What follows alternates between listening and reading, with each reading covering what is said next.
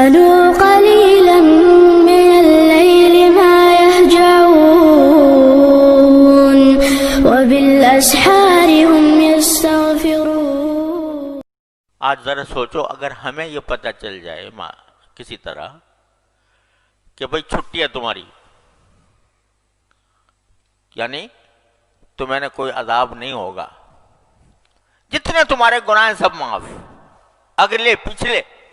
سب معاف ہیں، اللہ تعالیٰ کی طرف سے اعلان ہو جائے، پھر دیکھو کیا رنگ رلیاں مناتے ہیں کہ بھئی چھٹی تو مل گئی، اب چونکہ چھٹی مل گئی لہذا اب جو چاہو کرو.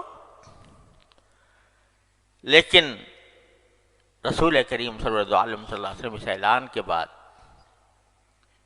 کس درجہ شکر ادا کرتے ہیں. صحابہ کرام رضی اللہ تعالیٰ عنہ مجمعین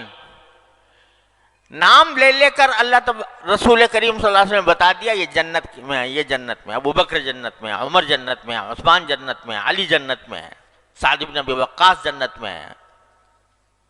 عشرہ مبشرہ جن کو کہا جاتا ہے، نام لے کر خوشخبری سنا دی. اس کے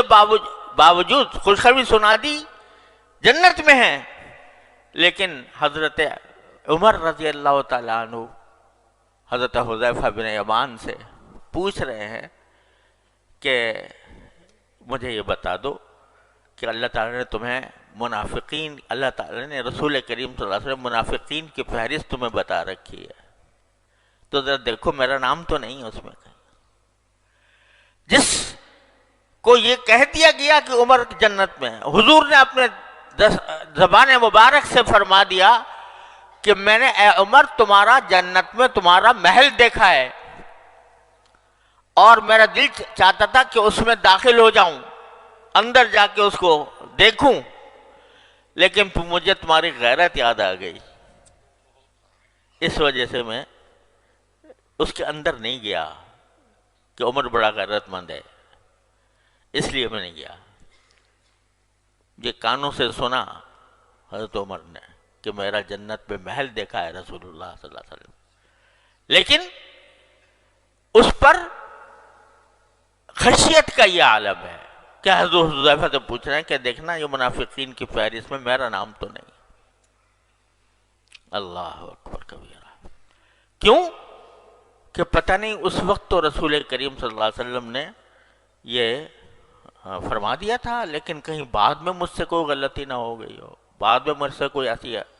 حرکت سرزد نہ ہو گئی ہو. اور ایک اتنی پیاری بات ایک مرتبہ حضرت فاروق اعظم رضی اللہ تعالیٰ عنہ نے فرمائی. حضرت ابو موسیٰ اشعری رضی اللہ تعالیٰ عنہ سے فرمایا کہ ابو موسیٰ یہ بتاؤ کہ اگر ہمارے ساتھ کچھ ایسا معاملہ ہو جائے اللہ تعالیٰ کی طرف سے کہ جو کچھ ہم نے رسول کریم صلی اللہ علیہ وسلم کے حیات طیبہ میں جو کچھ نیکیاں کیں یا جو اعمال ہم نے کیے وہ تو ہمارے پکے ہو جائیں. رسول کریم صلی اللہ علیہ وسلم کے زمانے میں آپ کی حیات طیبہ میں آپ کی موجودگی میں ہم نے جو نیکیاں کی ہیں وہ تو ہمارے لیے پکی ہو جائیں، اور آپ کے بعد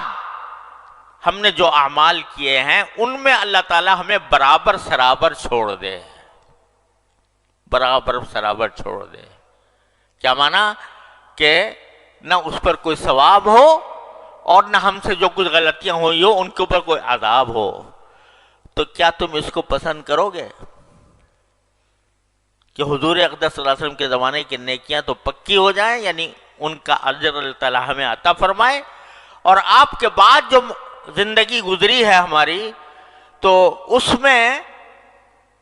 ہم برابر سرابر چھوٹ جائیں کہ نہ عذاب ہو نہ ثواب ہو؟ تو کیا آپ کو پسند ہوگا؟ تو حضرت ابو موسیٰ اشعری نے فرمایا یہ کیوں پسند ہوگا؟ اللہ تعالیٰ کا فضل و کرم ہے، ہمیں رسول کریم صلی اللہ علیہ وسلم کے بعد بھی اللہ تبارک و تعالیٰ نے ہم سے کچھ جہاد کروائے، ہم سے بہت سے کچھ اعمال کروائے، تو ہم تو اللہ تعالیٰ سے امید لگائے ہوئے ہیں کہ اللہ تعالیٰ ان کے اوپر بھی ہمیں نوازیں گے، اجر عطا فرمائیں گے۔ لیکن جواب میں حضرت فاروق اعظم نے فرمایا میں تو اس پر راضی ہوں کہ جو کچھ رسول اللہ صلی اللہ علیہ وسلم کے زمانے میں ہم سے ہوا وہ پکا ہو جائے اور اس پر اللہ تعالیٰ ثواب دے دے اور بعد میں برابر سرابر چھوڑ دے۔ کیا مطلب کہ پتہ نہیں رسول کریم صلی اللہ علیہ وسلم کے زمانے میں آپ نے تو کہہ دیا تھا کہ عمر جنت میں ہے، آپ نے کہہ دیا تھا کہ میں نے محل دیکھا ہے، لیکن آپ کے بعد کہیں مجھ سے کچھ ایسی غلطی نہ ہو گئی ہو کہ جس کی بنا پر میں عذاب کا مستحق ہوں، اس واسطے ڈر رہے ہیں۔ یہاں تک کہ مرض وفات میں جب زخمی ہو گئے اور زخمی ہو کر وفات کے قریب ہیں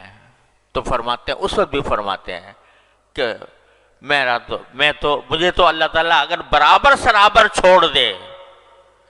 برابر سرابر چھوڑ دے، یعنی نہ کوئی اجر عطا فرمائے اور نہ کسی غلطی پر مواخذہ فرمائے تو میں اس پر راضی ہوں۔ یہ مقام عظمت کا اور یہ مقام خشیت کا، اللہ تعالیٰ کی خشیت۔